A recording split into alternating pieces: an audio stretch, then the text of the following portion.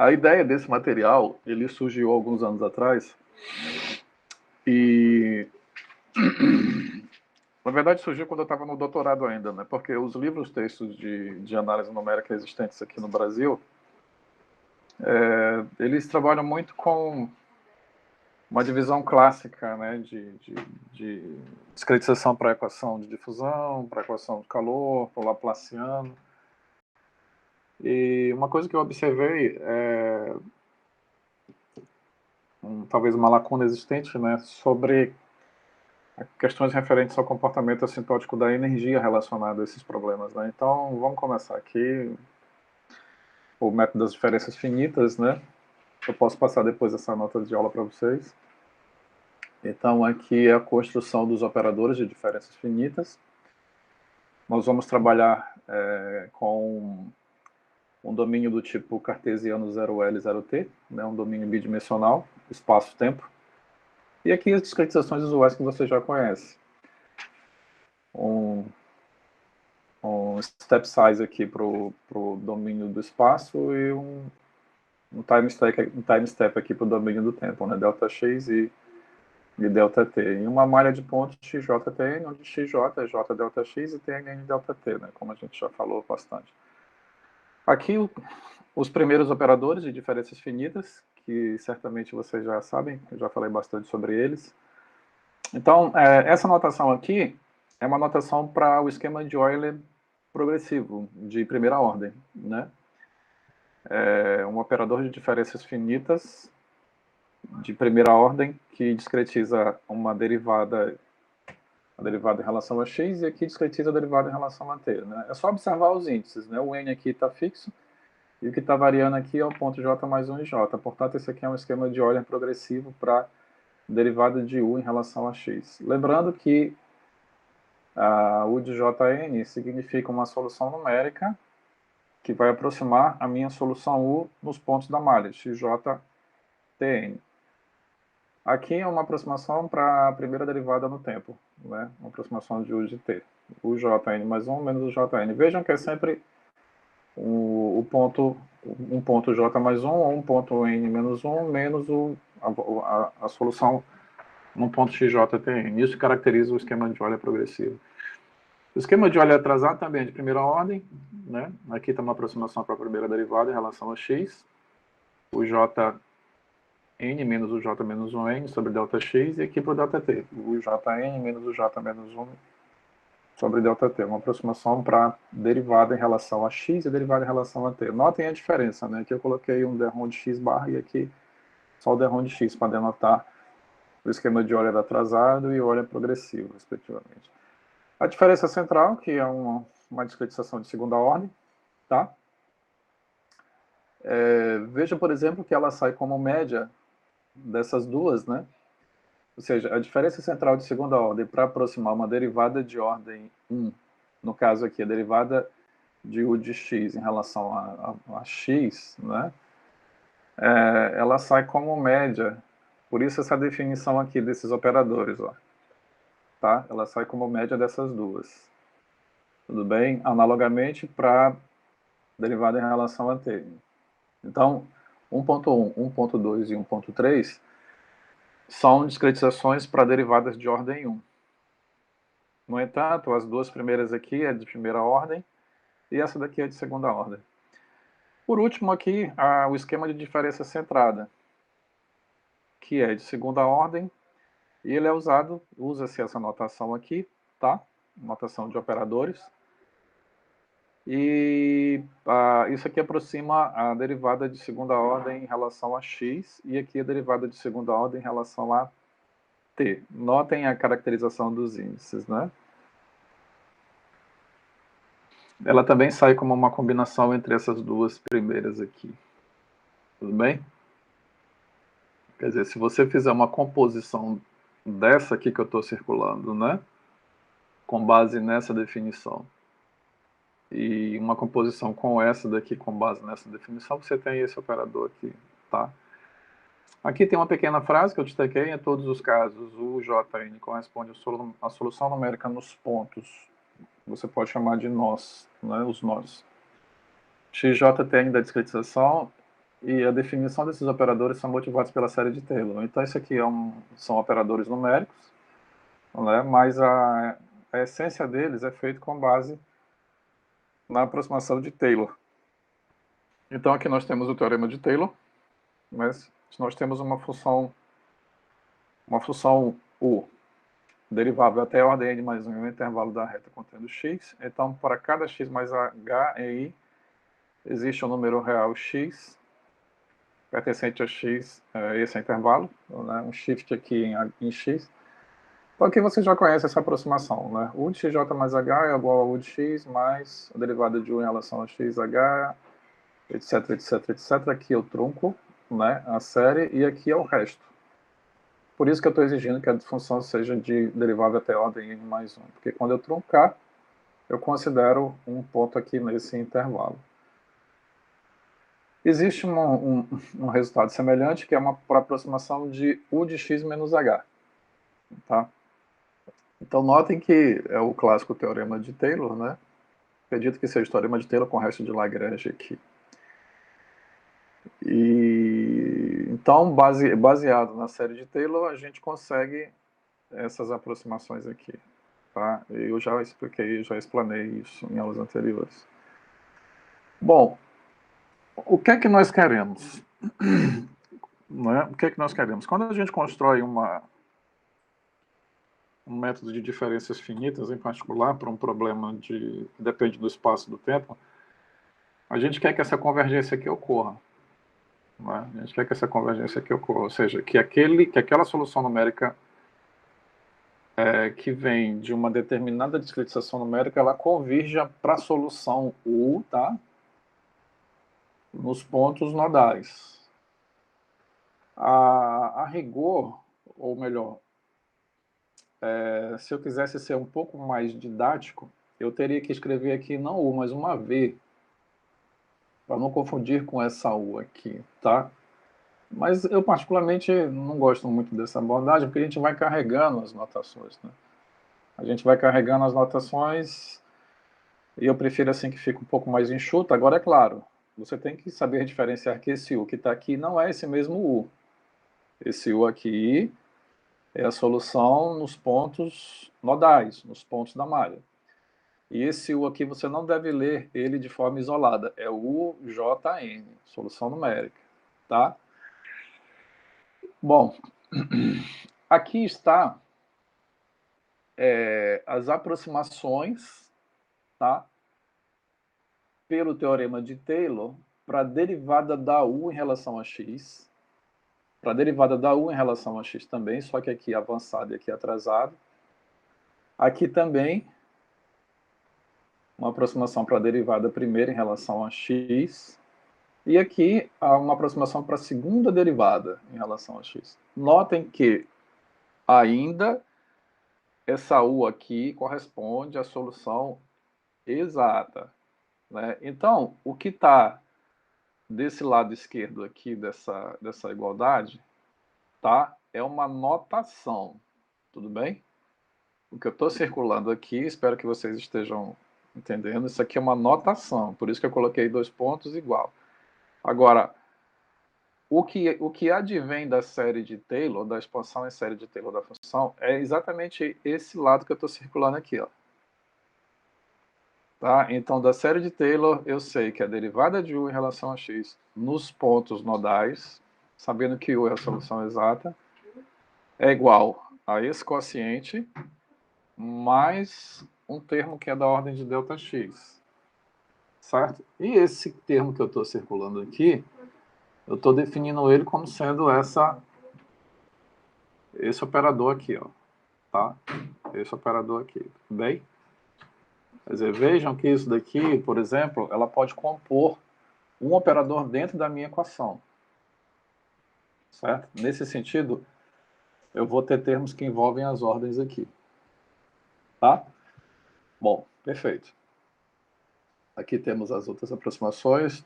1.8 até 1.11 constitui-se num bom exercício, né?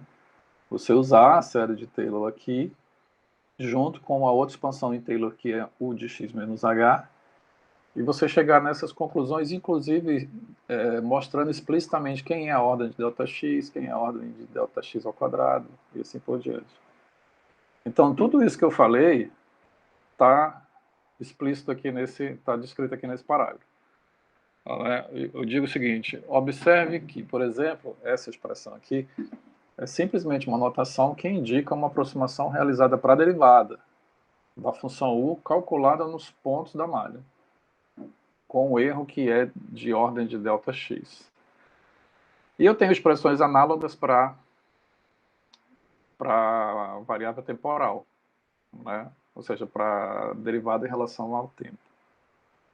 Né? São expressões análogas, né?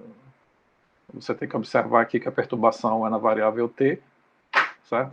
Ó, Tn mais ΔT, Tn menos ΔT, Tn mais ΔT e Tn mais ΔT. Aqui, a perturbação é no parâmetro x, parâmetro espacial, x mais ΔX, x menos ΔX. Bom, aqui tem três conceitos importantes em diferenças finitas. É o conceito de consistência, estabilidade e convergência. Tá? Para que esse conceito fique bem claro para a gente, é interessante a gente pegar a equação e escrever ela em termos de uma notação de operadores. Tá? Então eu coloquei aqui, ilustraremos nessa seção de forma conceitual as questões de consistência, estabilidade e convergência para métodos numéricos construídos pelas diferenças finitas. O Janivaldo está pedindo para entrar.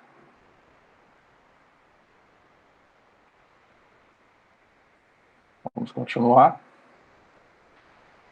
Tudo certo aí, pessoal? Sim. Ok. Tudo ok. Aí eu coloquei aqui, olha, para uma definição mais matemática, né, eu coloquei f de u igual a zero, um operador diferencial de solução u igual a x de t, e seja também u de jn a respectiva solução numérica de uma dada aproximação. Então aqui tem uma primeira definição, ó.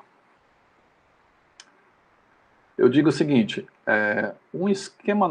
Vejam que antes de eu falar um pouco sobre essa definição de convergência, né, veja como é que o operador está escrito. Né?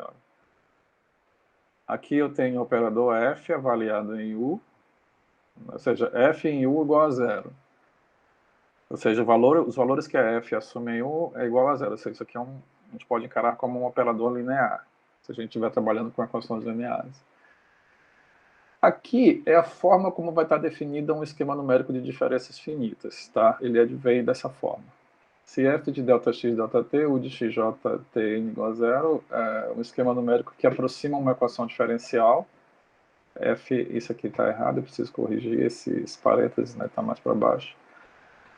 Eu digo que o esquema numérico é convergente em cada ponto, tá?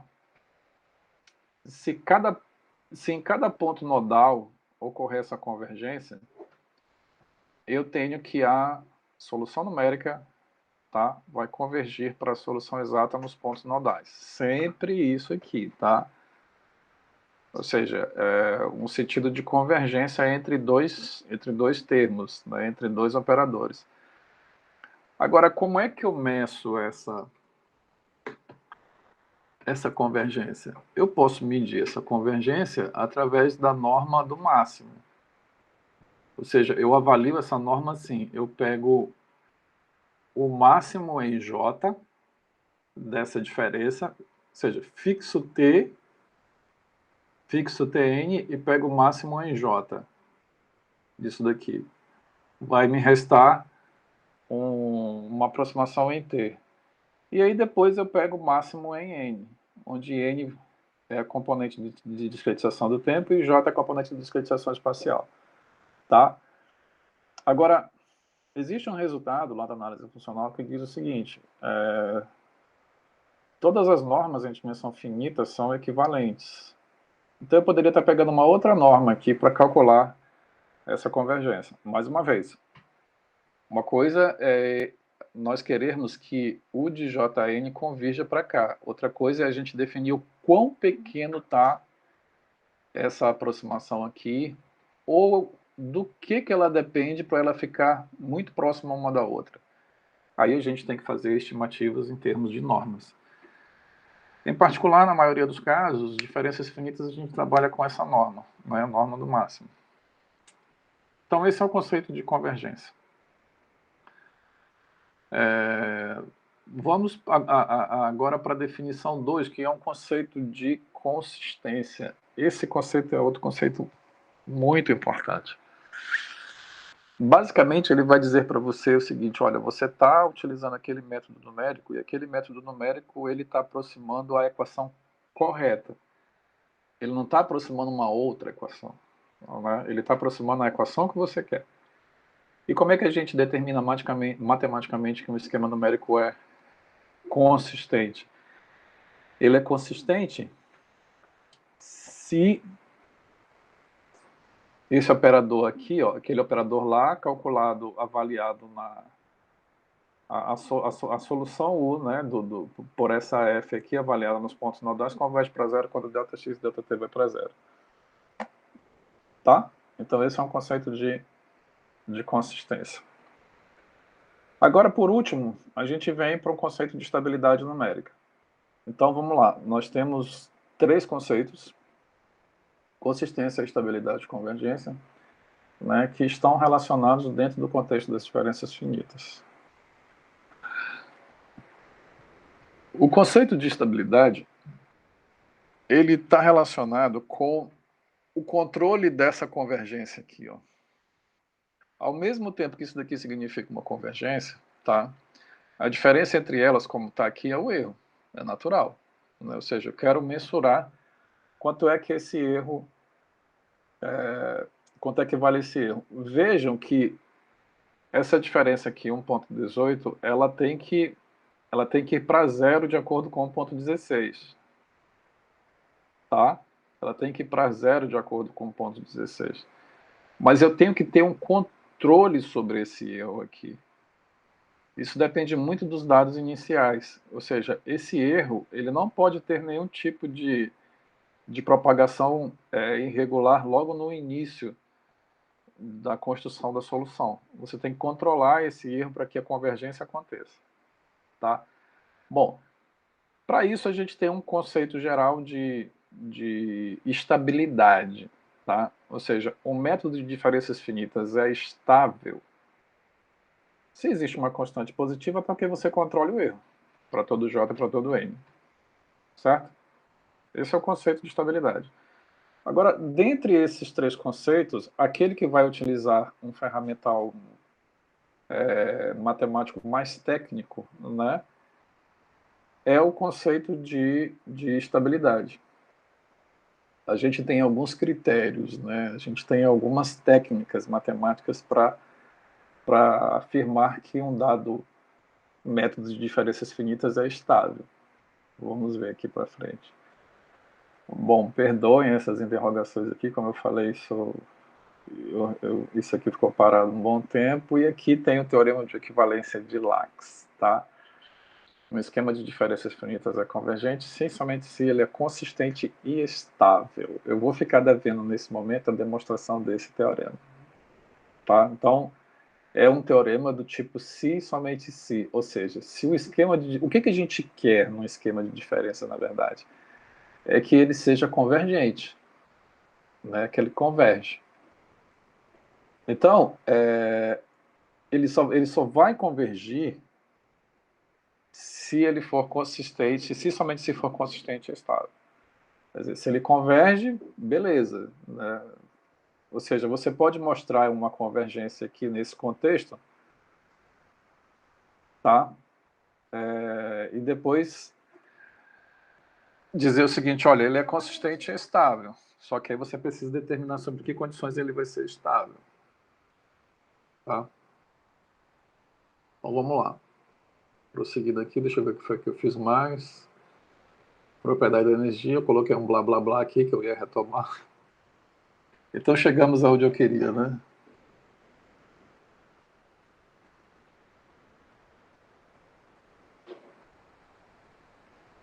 Bom, aqui está uma equação bem um exemplo bem interessante, né, para essa abordagem.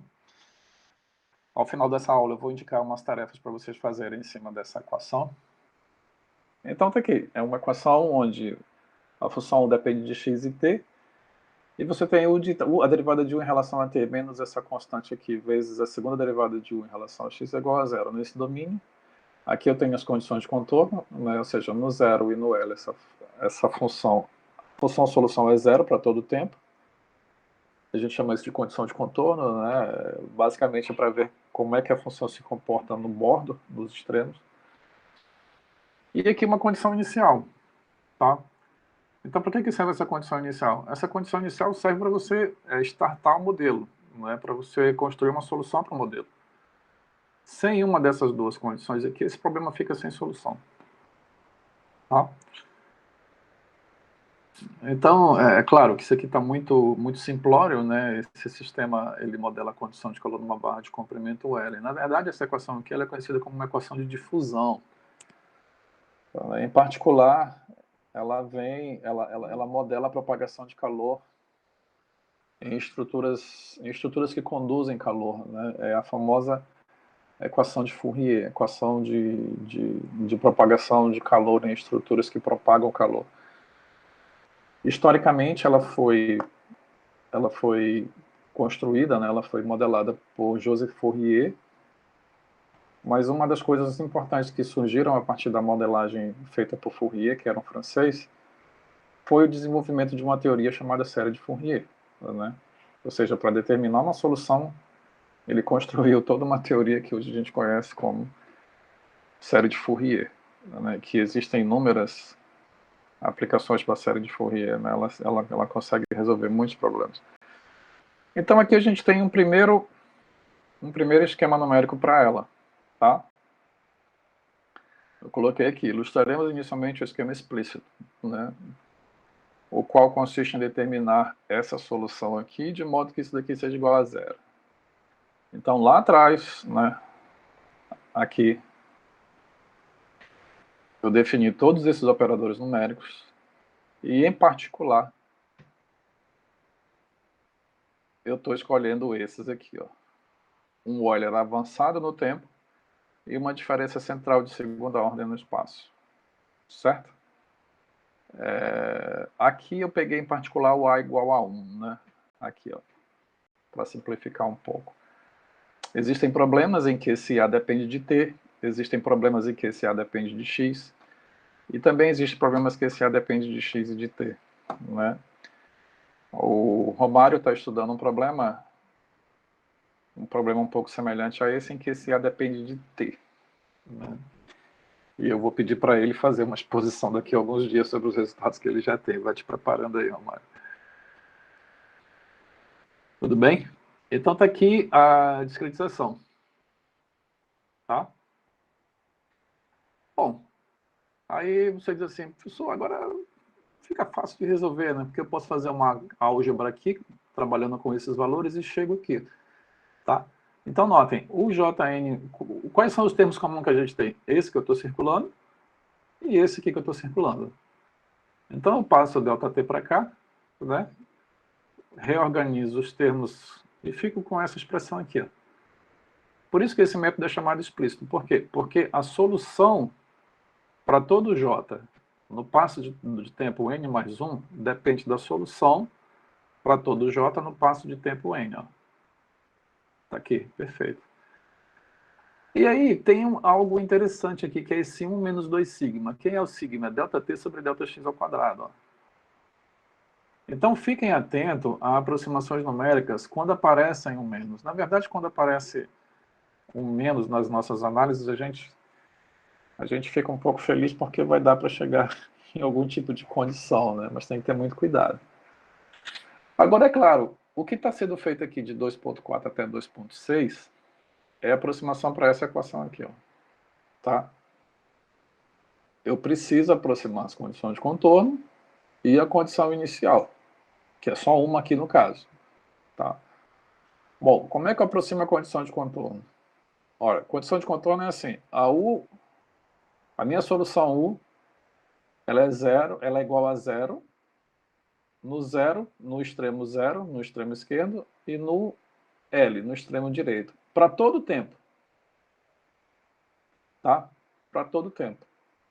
Então, quando eu venho aqui para o contexto numérico, eu digo que a U em zero é igual a U em J grande, que seria o último passo, é igual a zero para todo N, ó. Para todo N. Certo? Se você colocar isso num gráfico tridimensional, né, perdão, pelo menos no plano, você tem que no zero e no J ela é zero para todo N. Então, ela seria zero nas retas verticais. Tá? Lá na frente vai aparecer uns gráficos bem legais. O que foi que eu escrevi aqui como sendo o J0? Aqui eu já pego o zero, o N igual a zero. Por quê? Porque eu preciso aproximar a condição inicial. Ó. Tá? Então, no zero, ela é f de x para todo x em 0L. É uma condição inicial. Então, tá aqui, olha, é uma U de x J0. Em particular, estou chamando isso aqui, quer dizer, como ela é f, ó, eu pego o f de xj, que é igual a f de j.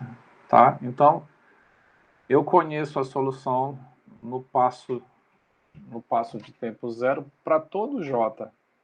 É o f de j dado. Uma função inicial dada. Tá? Então, a partir de 2.6, eu coloquei aqui, né? 2.6 se constitui uma equação de diferenças que, fixado em, calcula os valores do Jn mais 1 para todo J indo do 0 até J. Por exemplo, para n igual a 0, olha, eu só substituo lá. Como eu conheço que no 0 ela é f de j para todo j, então eu já conheço a solução no primeiro passo de tempo. Ó, tá? O J1. Quer dizer, vejam que a solução no passo de tempo zero para todo j é a condição inicial dada. Por exemplo, um seno, um cosseno, um x ao quadrado. E a partir dela, olha, eu vou calcular a solução no primeiro passo de tempo, que seria o primeiro passo de tempo depois do t0 igual a zero. E ela vai depender de quem? Da função f calculada nesses pontos aqui, de acordo com o esquema numérico que eu estou assumindo aqui, que é o 2.4. Tá? Então veja que se eu não tiver a condição inicial, nada é feito. Tudo bem? Então vamos para... Isso aqui seria só um estado inicial de como eu mostro, eu considero essa discretização e a forma como eu calculo os valores dela. Agora vamos para os conceitos de consistência, convergência e estabilidade para aquela aproximação. Tá? Então, primeiro vamos lá para o conceito de consistência. Ó. Tudo bem? Veja que está bem didático aqui, né? Ou seja, eu utilizo isso daqui, a aproximação para... Vamos lá, vou circular aqui. Isso aqui é uma aproximação de ordem 1 para a derivada em relação a t. Isso aqui é uma aproximação de ordem 2 para a segunda derivada em relação a x. Aqui eu tenho um erro que é da ordem de ΔT, aqui eu tenho um erro que é da ordem de Δx ao quadrado. Notem que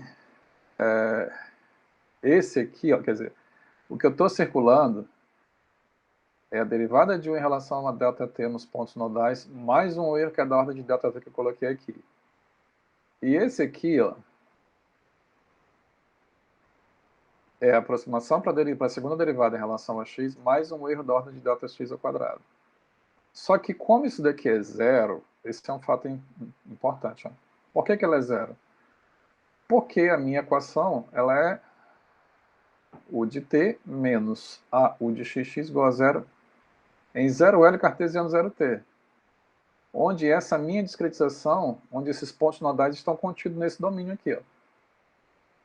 Ou seja, esse xj, esse para-ordenado xjtn, ele é aquele reticulado, ele é aquela grade contida no domínio 0L cartesiano 0t. Portanto, isso aqui é zero. Ó. E aí sobra esse termo aqui, que é o erro de truncamento da aproximação. Portanto, eu tenho isso daqui. Ó. Tá? portanto eu tenho isso daqui. Então, esse aqui é o conceito de consistência para mim, tá? Voltando um pouco mais para cá, que eu acredito que eu devo ter escrito errado. Isso aqui para mim tá aqui, a consistência, não está correto, né? Olha, veja que bate com o conceito aqui, ele bate com aquela minha resolução que está lá atrás, ou seja, esse operador aqui vai convergir para zero quando ΔT e ΔX for igual a zero. Por quê? Porque o operador que eu tenho, a equação que eu tenho calculada nos pontos nodais, ela não é igual a zero. Mas ela tem que ir para zero quando a malha for para zero. Por quê? Justamente por conta dos termos que advêm da série de Taylor. Ou seja, aqui é a UT, vamos ler assim, né? Isso aqui é a UT de U menos a UXX de U, só que nos pontos nodais. Ó. Então, certamente, isso daqui não seria igual a zero, porque eu estou nos pontos nodais, eu não estou no domínio original. Então, isso aqui tem um erro, que é da ordem, tem uma ordem de aproximação, tá? Que vai para zero quando você faz ΔT e ΔX ir para zero. Eu poderia ter escrito assim também, ó, uma outra forma de eu escrever essa discretização aqui. Então, eu estou garantindo que o método em particular que eu estou usando, tá? Ele é consistente e ele é de primeira ordem ΔT e de segunda ordem ΔX. Então, está aqui a consistência. Eu preciso buscar um exemplo, eu não sei se eu estou com esse livro aqui, que mostra uma equação linear de primeira ordem cuja discretização não é consistente. Eu não me lembro agora de cabeça como é. Mas aí eu gostaria de mostrar esse exemplo para vocês, para ficar claro casos em que a discretização não é consistente. Bem, vamos para a estabilidade. Como eu falei, o que é que eu preciso para ser estável? Para ser estável, eu preciso controlar os erros. Ó. Aqui, ó. Controlar esse erro significa que eu tenho que limitar isso aqui. Né? Como eu estou avaliando o erro em J, em N, eu pego um módulo, porque isso aqui vai ser um número. Né? Então, vamos lá. Bem, um dos critérios que a gente usa para determinar se a estabilidade de uma... Se existe a estabilidade para uma dada aproximação, se o método é estável, é o critério de estabilidade de von Neumann. Existe também o critério da matriz. Tá? Vou falar um pouco sobre ele mais lá na frente. Bom, em que consiste o critério de von Neumann? Né? Von Neumann, ele raciocinou o seguinte, olha, eu preciso controlar os modos de propagação da minha solução.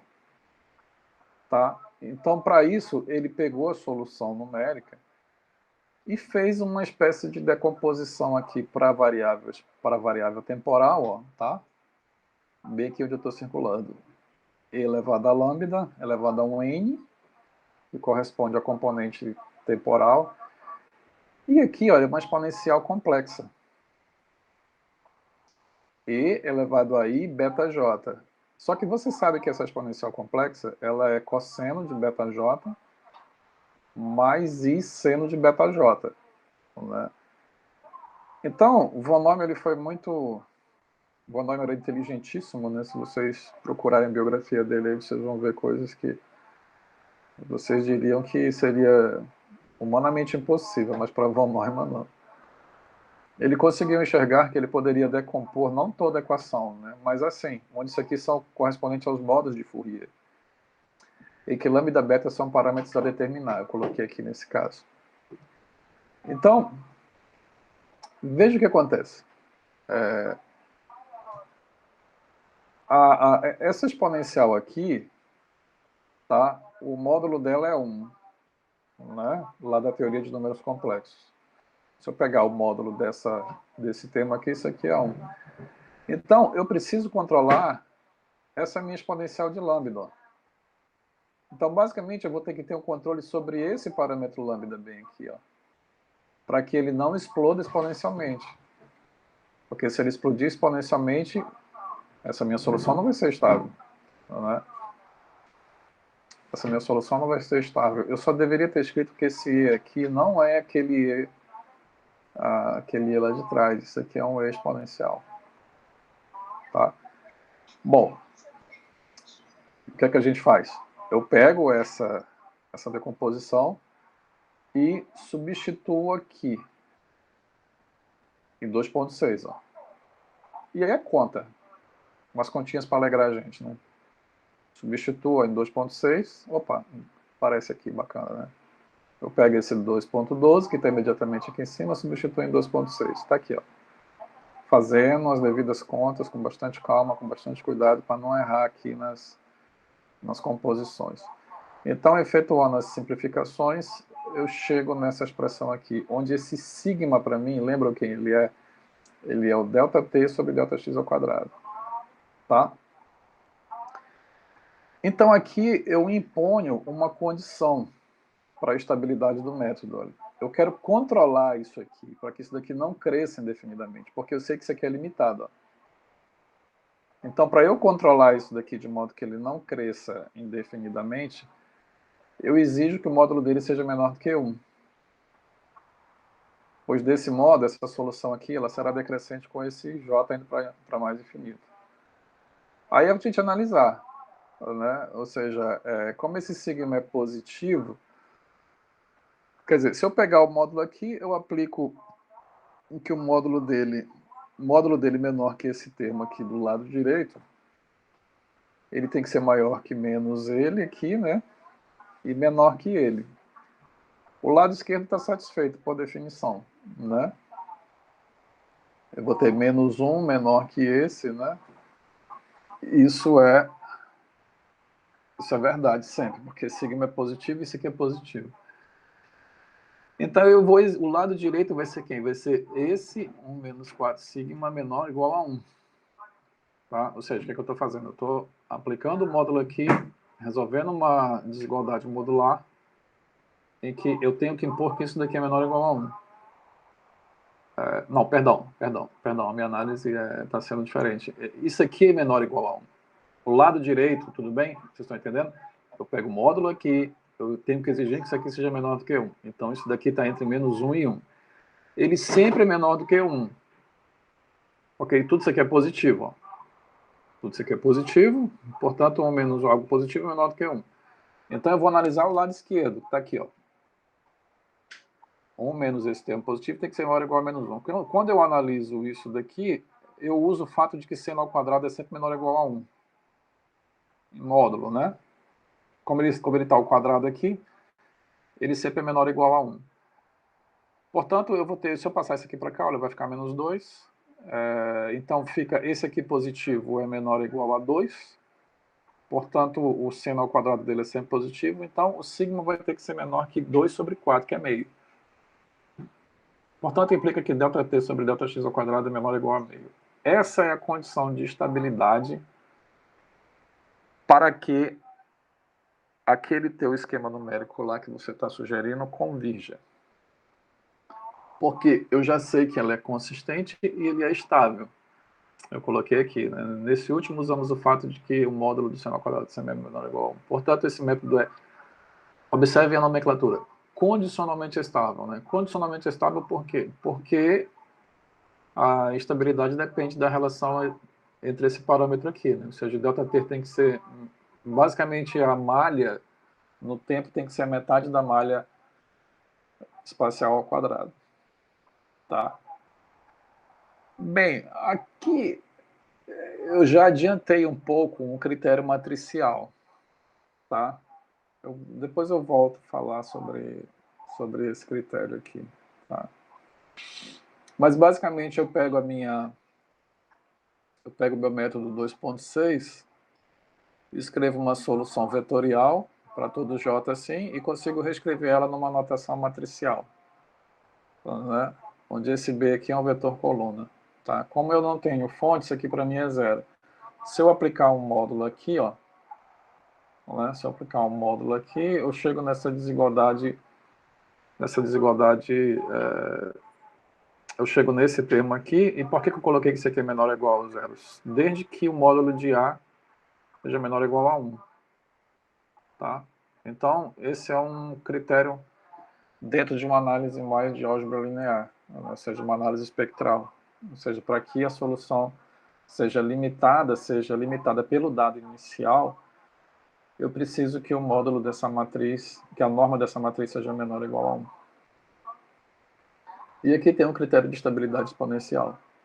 Perdão, um critério de estabilidade matricial. A gente diz o seguinte, que um esquema de diferenças finitas escrito nessa forma aqui, ó, está aparecendo nesse retângulo, é estável com relação a uma dada norma se todos os autovalores são linearmente independentes e cada um for limitado. Né? E aqui tem uma ordem de ΔT. Nesse caso em particular, do método explícito que eu estou adotando lá no início, a matriz ela fica assim, ó, uma matriz tridiagonal, bonitinha, né? Onde esse sigma é ΔT sobre ΔX ao quadrado. E aí eu vou precisar que os autovalores dela sejam menor ou igual a 1. Para resolver isso aqui, em particular, eu preciso desse teorema. Esse teorema é um teorema muito usado, um teorema clássico de análise de estabilidade dos métodos de diferenças finitas.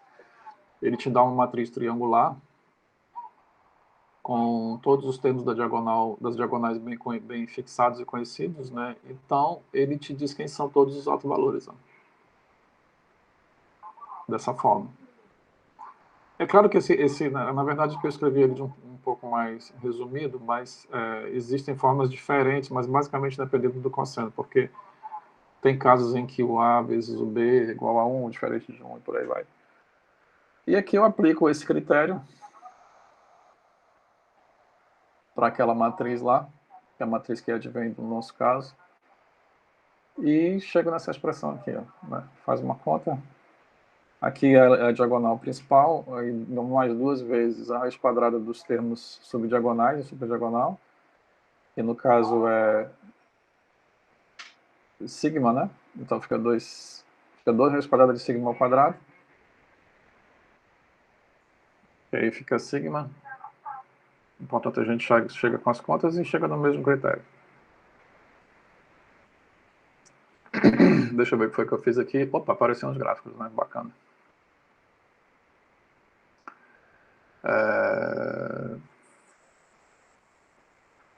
Bom, o que está escrito aqui é mais uma questão de limitação computacional, né? Porque o que é que eu fiz aqui? Eu peguei esse ΔT sobre ΔX ao quadrado menor ou igual a meio e considerei que o ΔT é T sobre N e fixei o ΔX ao quadrado. Né? Então, isso aqui é mais algo mais de abordagem numérica computacional, ou seja, qual é o valor de N que eu tenho, por exemplo, qual é o valor de N que eu, dado um ΔX, dado um ΔX, qual é o valor da discretização no tempo que eu tenho que considerar para que seja estável? Ora, eu tenho que considerar que ΔT é menor que ΔX ao quadrado sobre 2. Então, se eu der um ΔX, eu pego ΔT menor do que ΔX ao quadrado sobre 2. Agora, se eu quiser atribuir o N, qual é o N que eu tenho que pegar se eu tenho ΔT e ΔX? Dado o tempo lá, suponha 5 segundos, e o ΔX que você quer, suficientemente pequeno, você tem que pegar N maior que ele aqui, ó. Agora veja que aqui tem uma limitação computacional, porque se esse ΔX for suficientemente pequeno, esse N aqui tem que ser muito grande, né? E para quem já trabalhou com métodos numéricos em termos de simulação numérica, sabe que isso aqui é problema. E aqui está um exemplo, ó. Né? O que é que eu fiz nesse exemplo? Deixa eu ver se eu me lembro, né? Faz tanto tempo. Eu considerei o L igual a 1, o A igual a 1 e uma condição inicial seno de 3π vezes x. Seno de 3πx, né? Então, para essa condição inicial aqui, ó, a solução exata é essa exponencial, né? Então, o que eu ia pedir para vocês fazer depois é construir a série de Fourier dessa equação. Depois eu vou mostrar para vocês como é que eu quero que isso seja feito. Isso aqui foi uma simulação que eu fiz, né? Então eu peguei 30 divisões no tempo e 20 divisões no tempo. Então veja como é que funciona, como é que é essa solução. Ou seja, exponencial de menos 9 π ao quadrado t vezes o seno de 3πx, ela resolve essa equação aqui, ó. Ela resolve essa equação aqui, onde o A é 1 e o L é 1. Certo? E aí, quando eu simulo numericamente usando aquele método, utilizando essa malha computacional aqui, ΔX 5 vezes 10 a menos 2 e ΔT 1 sobre 2 sobre 1,2 dividido por 1000, que é menor que a metade desse aqui, né? Certamente. Aí eu tenho essa simulação, essa superfície bonitinha, né? Quer dizer, veja que aqui é a variação do tempo, aqui é a variação do espaço, ó, intervalo de 0 a 1, tá? O tempo de simulação que eu considerei aqui foi 0,04. E notem que esse perfil inicial aqui, ó, esse gráfico, ele é o seno de 3x, ó. Ele é a condição inicial, ó. Tá? E ele vai se propagando assim até o último tempo, até o último passo de tempo da simulação. Então veja que ela decresce, ó. Se eu considerar aqui o tempo, ó, essa solução, veja como é a expressão da solução, né? Ela oscila, ela fica oscilando em x, ó, de acordo com essa condição inicial, mas no tempo ela tem esse perfil de decaimento, ó, né? Ela tem esse perfil de decaimento aqui, ó. Ou seja, ela começa oscilando aqui e ela vai decrescendo para zero, ela é estável, né? Aí veja que aqui, de acordo com a minha legenda, essa é a solução numérica. E aqui eu plotei a solução exata na malha, né? Então, visualmente, são soluções...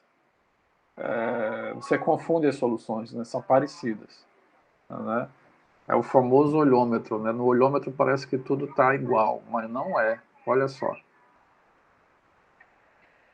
O que eu fiz nesse quadro aqui?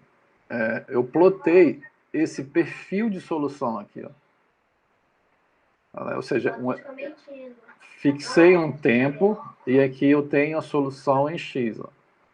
Qualquer tempo fixado aqui, essa variação é a solução em x. Então eu comparei esses dois gráficos pegando a solução no último passo de tempo, ó. Ou seja, eu peguei aqui o x de 0 a 1 e fixei o último passo de tempo lá em mais 1, né? Veja que por mais que visualmente elas são bem parecidas, ela tem uma diferença aqui, ó, no último passo de tempo, né? Então, é algo que a gente só vai constatar quando a gente faz a análise.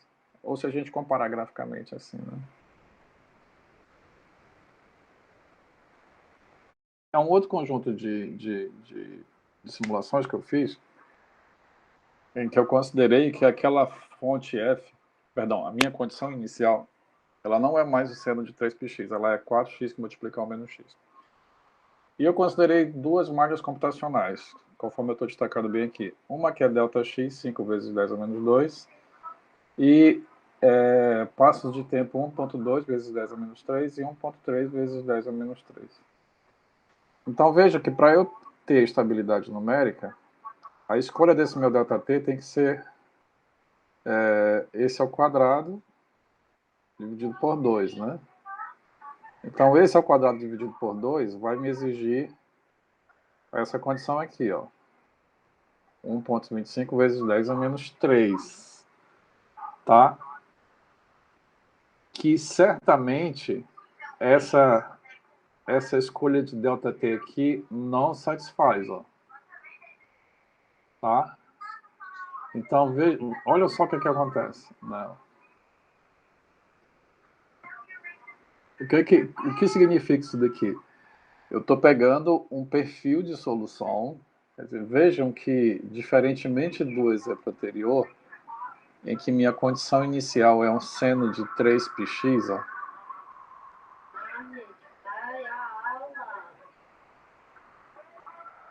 a condição inicial para mim aqui é essa parábola, ó, em x igual a 0 e x igual a 1, tá?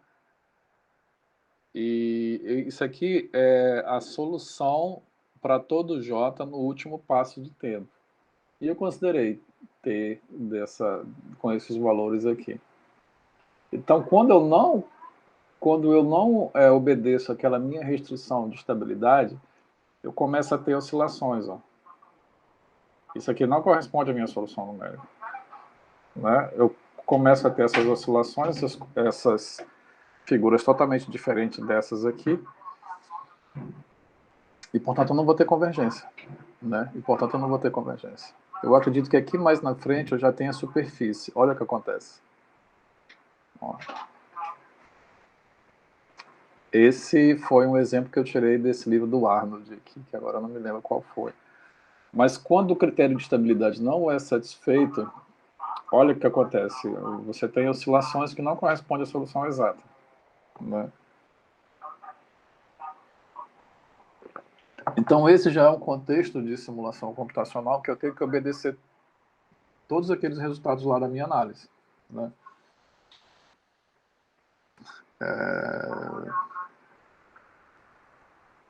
Isso aqui foi um exemplo que eu peguei, deixa eu ver se eu me lembro aqui. Né? Eu analisei a instabilidade.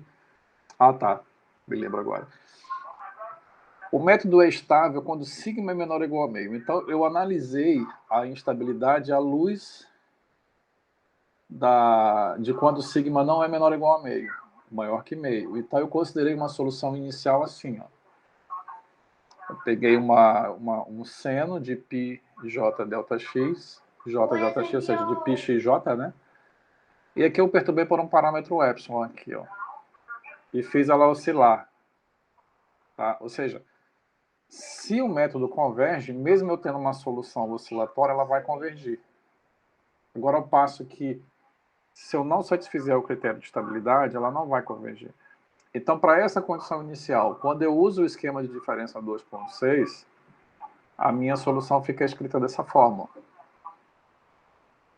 Tá? A minha solução fica escrita dessa forma. Então, se eu pegar sigma maior do que meio e Δx suficientemente pequeno, o módulo dessa expressão aqui vai ficar menor que um gama menor do que 1. Mas, portanto, quando eu estimo o módulo da solução, ele vai crescer com essa potência de gama. Ele vai crescer em n com essa potência de gama aqui, ó, onde esse gama está limitado por esse termo. Tá? Então, esse aqui é um exemplo mais analítico de que, quando eu considero uma condição inicial dada, mesmo que ela seja oscilatória, se eu não obedecer o critério de estabilidade, a minha solução não vai ser limitada. Ó. Ela vai crescer indefinidamente. Tá? Ela não é convergente. Bom, para fechar esse caso, eu fiz análise de erro. Né? Ou seja, a análise de erro para garantir a convergência numérica. Vejam que o método, eu já mostrei que o método é consistente e estável, tá? Portanto, eu tenho convergência. Mais uma vez, eu garanti que o método é consistente e estável, ele é condicionalmente estável de acordo com aquele critério, que a gente usou o critério de estabilidade von Neumann. Então, pelo teorema de Lax, eu garanto que ele é convergente, eu garanto isso daqui, tá? Agora, se a questão perguntasse para você, olha, tudo bem, isso aqui vai para zero, mas qual é a expressão como é que você estima esse erro de modo que você saiba que ela vai para zero? Ou seja, essa norma desse erro aqui é menor ou igual a quanto? De modo que quando eu fizer Δx ir para zero e Δt ir para zero, isso aqui vai para zero. Tá? É o que a gente vai fazer agora. Quer dizer, mais uma vez, eu já sei que o método converge. Tá? Agora, uma pergunta que se faz é, ele converge com que taxa de convergência? Aí eu preciso achar uma estimativa para a norma do erro. Então tem um teorema bem aqui, ó, que eu fiz.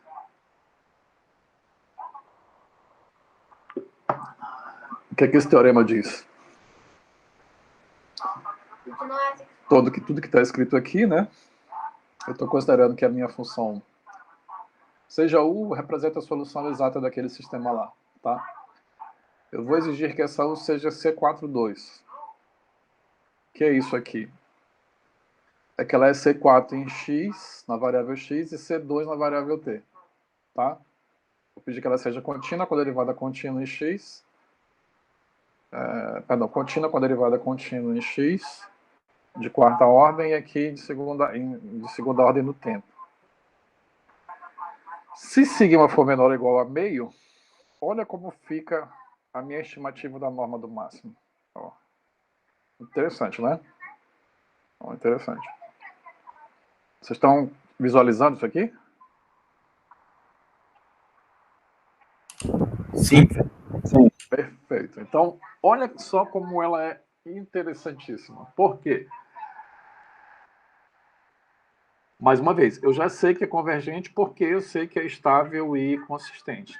Mas eu consigo estimar a norma do máximo. A norma do máximo, a norma do erro na norma do máximo, né? Dessa forma.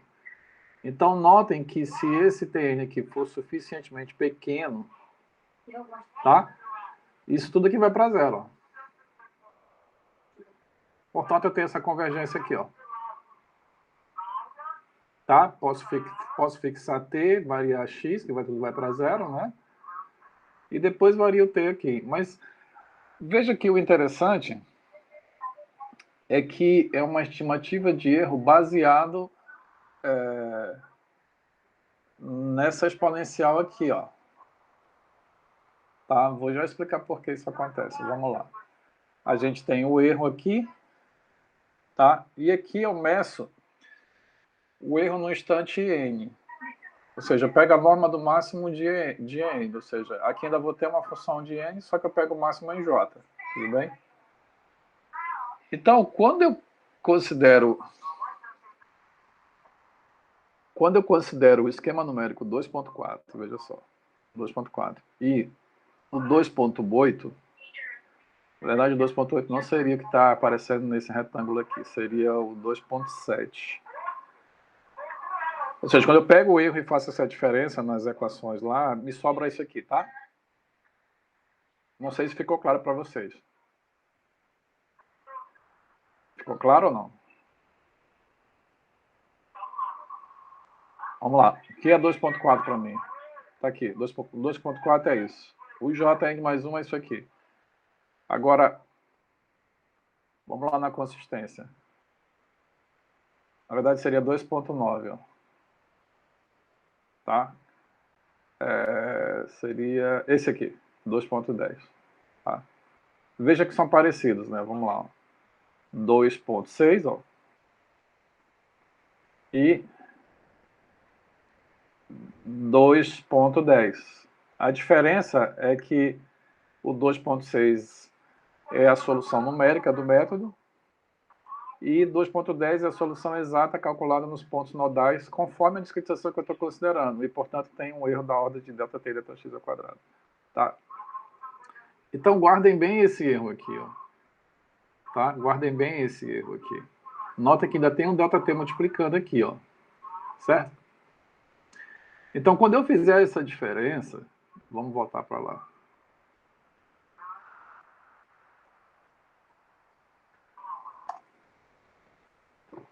Quando eu fizer a diferença, vai me sobrar isso aqui, ó. Tá? Sabendo que Jn mais 1 é U de xj Tn mais ΔT menos U Jn mais 1. EJN, que está aqui. EJ mais 1N. U de xj mais ΔX Tn menos UJ mais 1N. Tudo aqui. E aí sobra aquele ΔT vezes tal que eu falei para vocês lá. Tá? Então eu pego a norma do máximo aqui, supondo que 1 menos 2 sigma maior ou igual a zero, que corresponde à condição de estabilidade. Aplico essa norma aqui, ó. Tá? E aplico uma desigualdade triangular, ó, módulo aqui, né? Com a desigualdade triangular, esse termo aqui se cancela. Então vai sobrar um desse aqui, que está aqui, mais ΔT vezes a norma da ordem. É imprescindível que vocês escrevam corretamente essa diferença aqui, ó. De modo que apareça a ordem da aproximação, né? A ordem de convergência aqui. Tá? Bom, então, se eu tenho que a norma de n mais 1 é menor ou igual que esse termo mais esse, quando eu faço uma recursividade aqui, atribuindo 0, 1, né, e assim sucessivamente, eu chego nesse Tn vezes tal. Observa, olha. Aqui eu tenho ΔT. Eu tenho essa norma menor que esse termo aqui. E aqui eu tenho um ΔT. Quando eu vou compondo em n, esse cara vai ficar n ΔT. Ó. E por que que esse aqui sumiu? Porque esse aqui é o erro em zero. O erro em zero é zero. Porque vai ser aquele FJ. Tá? Tudo bem? Bom, então a gente tem que guardar aqui 2,39. Tá? Aqui eu fui um pouco mais para frente e é uma questão um pouco trabalhosa, mas é interessante para a gente entender todas essas questões de consistência, estabilidade e a convergência que a gente está analisando agora. Eu fui um pouco mais para frente e expandi o enterro, considerando explicitamente os termos de as ordens de aproximação, perdão, os erros de truncamento. Ó, esse aqui é o erro de truncamento para a primeira derivada em relação a t. Só que eu não considerei ele até um ΔT, eu fui um pouco mais para frente, ó. Tá? Eu fui um pouco mais para frente com ele, ó. Tudo bem? E aqui também, na aproximação em relação a x, além daquela aproximação usual que eu vou até a derivada de ordem 4, eu fui um pouco mais para frente também, considerando os termos de as derivadas de ordem sexta. Ó. Veja que eu tenho um NJ1, um ETJ1 e um ETJ2. O ETJ1 seria XJ menos ΔX, XJ. E o ETJ2 seria XJ, XJ mais ΔX. Então, isso aqui eu fui um pouco mais para frente nos erros de truncamento para que eu consiga explicitar bem aquela ordem de convergência. Tá? Então, com isso, eu aplico na fórmula de consistência. Ó, esse cara menos esse é igual a esse aqui menos esse, mais a ordem de... mais o erro de truncamento, que é a combinação entre esses dois aqui, ó. E aí a diferença, eu faço tudo com base na equação governante, que é o t menos a u de x igual a zero. Nesse caso, estou considerando a igual a 1. Então, por isso que tem essa diferença aqui, ó. Tá? É muito legal esse exercício, é um pouco trabalhoso, mas vale a pena. Bom, vejam que quando eu faço isso, olha, essa diferença aqui, tá? Me aparece a segunda derivada em relação a t, ó, tá? E a quarta derivada em relação a x, que é o que eu estou exigindo aqui no teorema, ó, que é o seja C42. Por isso que eu vou até a segunda até a segunda ordem t e a quarta ordem x. Se você considerar a equação governante inicial lá, u de t menos u de x igual a zero, você pode fazer umas derivadas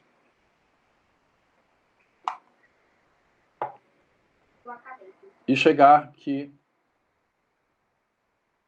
a UTT é igual à derivada de ordem quarta de u. Certo? Então, se esse operador é igual a esse, eu coloco ele em evidência e eu tenho essa diferença aqui, ó. Tá? Eu tenho essa diferença aqui. Bem engenhoso, né? Mais esse termo, que é da ordem de ΔT ao quadrado, ΔX à quarta. Aí eu volto lá para a equação do erro. Né? Lembra que eu já tinha isso aqui, ó. Tá aqui. 2,39. E esse tal N para mim, ó, eu jogo ele lá dentro do módulo. E eu deixo no módulo porque eu tenho essa diferença aqui, ó. Certo? Então, olha só, vejam a expressão de tal NJ. Essa diferença vezes a derivada de ordem 4 em relação a x, mais o erro de truncamento da série. Δt ao quadrado, δx à quarta. Tá? Então, ficou o módulo da diferença vezes o máximo daquela derivada lá de ordem 4. Tá? Só que como, nesse caso, a solução particular é essa expressão aqui, porque eu estou considerando uma f que seja seno de x, ó. Na verdade, ela pode também ser feita de modo geral, basta você considerar que veja que o seno de x aparece aqui, né? Seria a norma desse f de x aqui. Seria limitado por uma constante, né? Se ela for uma função limitada. Tá? E, portanto, quando eu componho aqui dentro, olha, o máximo dessa função aqui, a norma do máximo dela é e elevado a menos tn, porque o seno é limitado. Tá? E também eu estimo a norma desse erro de truncamento aqui, ó. É só eu voltar lá para verificar direitinho quem é essa ordem de truncamento aqui. E no final das contas, usando também essa solução particular, eu chego nessa estimativa bem aqui, ó. Portanto, eu junto as duas coisas e chego nessa parte final. Ok? Chego nessa parte final. Tá? Que é a demonstração que eu queria. Agora, antes de seguir aqui, só um minuto.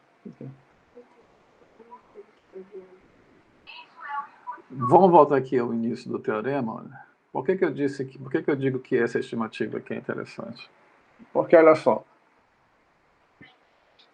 vejam que aqui, olha, o ΔX, esse ΔX ele é ao quadrado, tá? ΔX ao quadrado.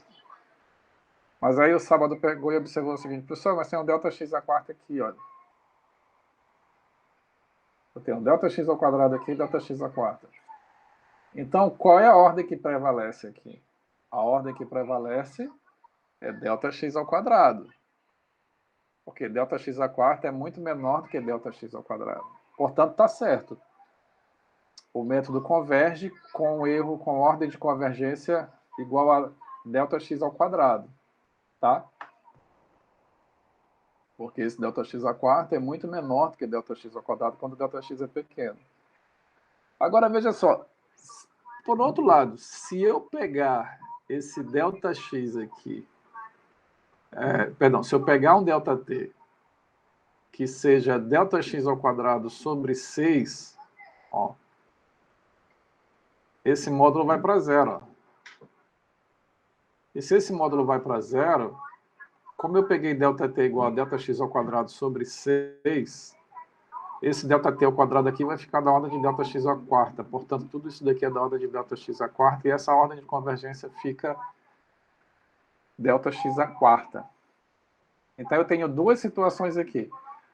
Se eu escolher um ΔT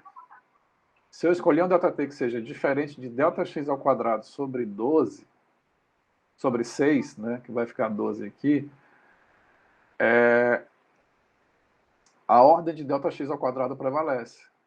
Portanto, o esquema numérico converge com a ordem de convergência ΔX ao quadrado. Agora, se isso daqui for zero, a ordem de convergência vai ser ΔX à quarta, vai ser muito melhor. Tá? Isso aqui não é regra geral. Em geral, você nunca. São poucos os problemas que você consegue estimar dessa forma. E esse fenômeno se chama um fenômeno de superconvergência. Vou mostrar para vocês aqui. Ó.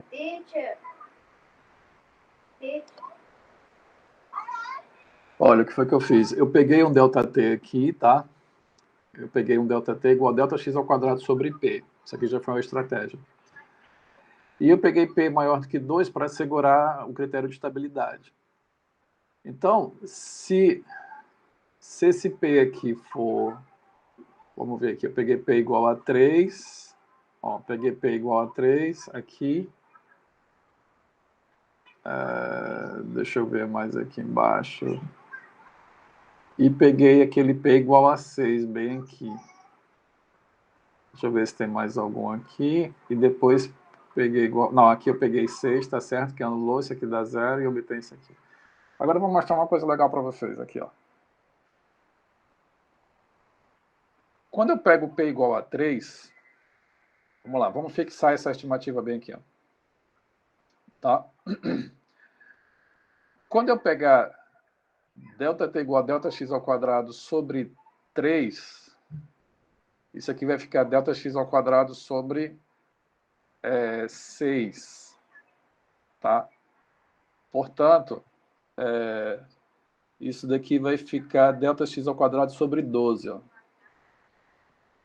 Tá? Sobre 12. Ó. Por quê? Porque isso aqui eu desprezei. Ó. Mais uma vez. Se eu pegar P igual a 3, aqui eu vou ficar com Δx ao quadrado sobre 3.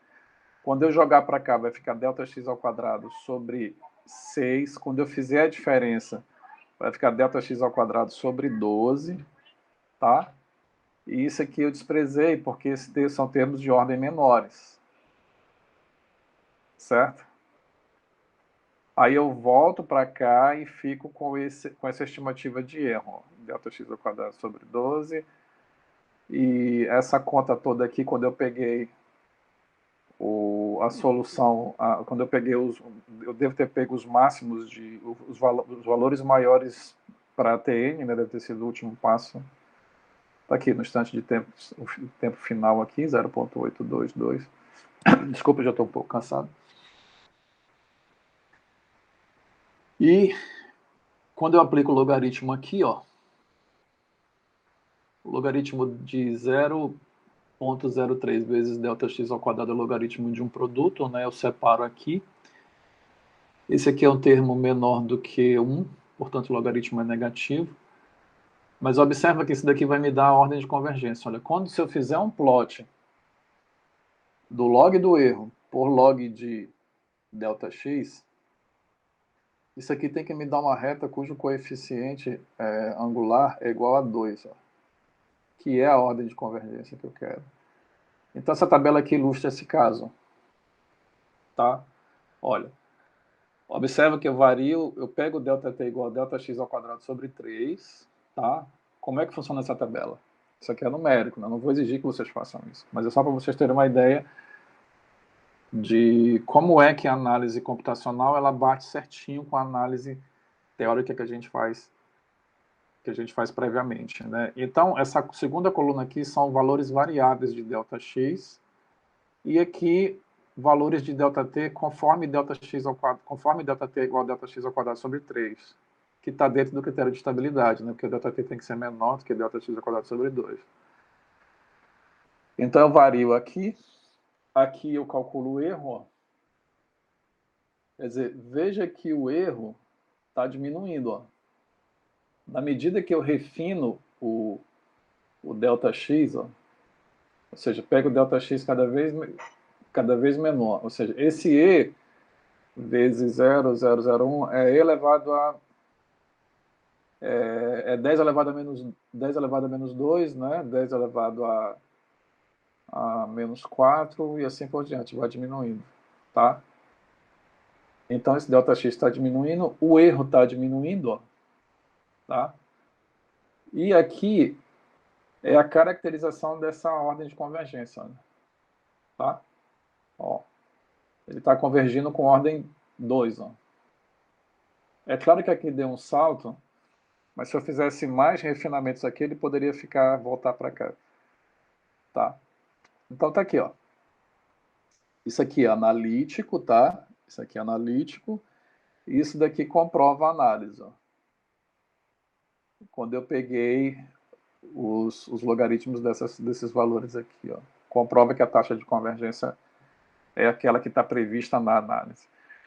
Quando eu pego o ΔT igual a Δx ao quadrado sobre 12, é a mesma coisa. Eu não vou anular esse aqui, ó.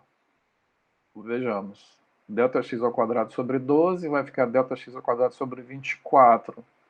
Então fica Δx ao quadrado vezes 1 sobre 24 menos 1 sobre 12, que vai permanecer com 1 sobre 24. E eu faço aquelas mesmas continhas que eu fiz aqui. considerando que o tempo final é 0,8, eu também vou chegar na mesma ordem de convergência, 2. Observa que o erro está diminuindo, né? Olha. Aqui ele fica na mesma casa decimal, só que aqui ele diminui uma casa decimal. E aqui ele está convergindo, ele fica em torno de 2 aqui, ó. Agora, tá aqui. Naquele caso lá que eu falei, quando ΔT é igual a Δx ao quadrado sobre 6, esse aqui vai ficar, isso aqui zero. E aí vai sobrar uma ordem, uma estimativa que é da ordem de Δx à quarta.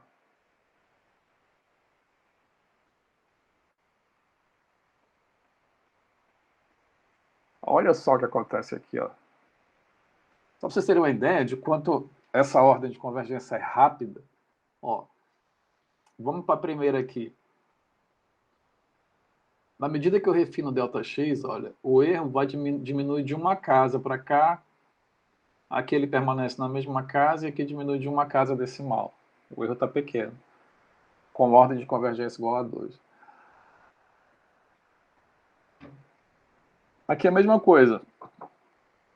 Ele fica nas duas primeiras simulações, ele fica na mesma ordem, e da terceira para a quarta ele permanece, ele diminui uma ordem, mas fica na mesma casa decimal.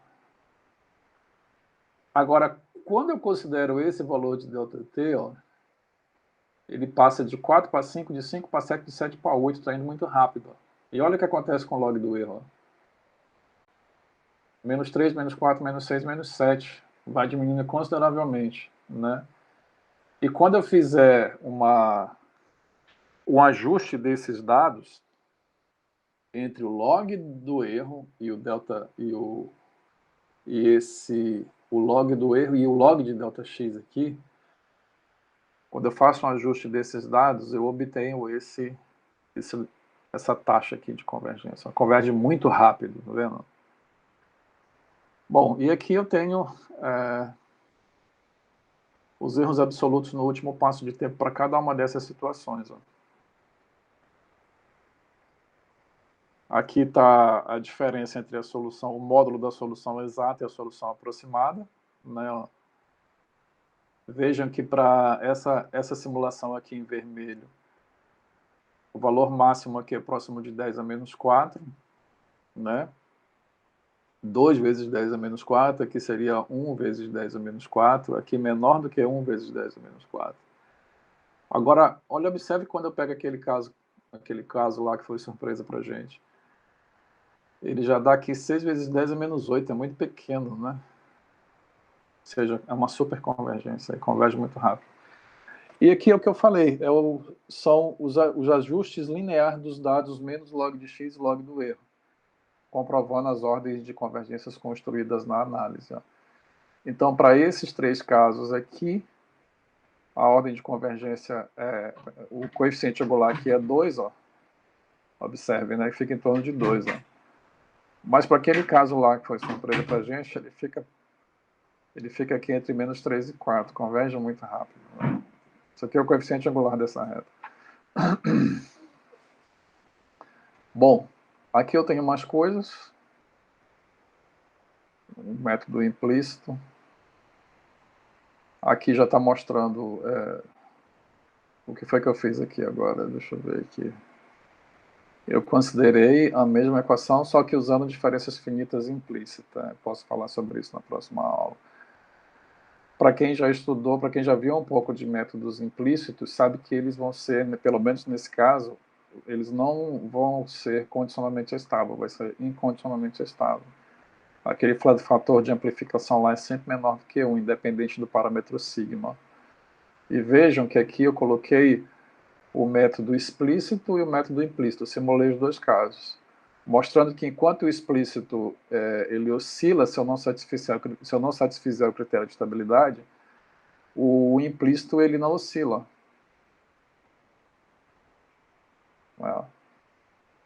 Aí, poxa, bacana, né? Eu construí um método que não está presente esses problemas aqui. Mas aí ele tem um problema de limitação computacional também. Tá? Na análise da superconvergência, ele já não tem aquela propriedade, porque aqui não aparece aquele menos. Então, independente de qualquer Δx que eu pegar aqui, o que vai prevalecer é a ordem de Δx ao quadrado, porque esse aqui é muito menor que esse. E aqui tem as análises, tem as tabelas. Eu vejo que eu escrevi até bastante coisa no passado. Aqui tem outras aproximações. Tá? Na próxima aula eu posso... Equação de calor e malha deslocadas, esse aqui seria uma proposta.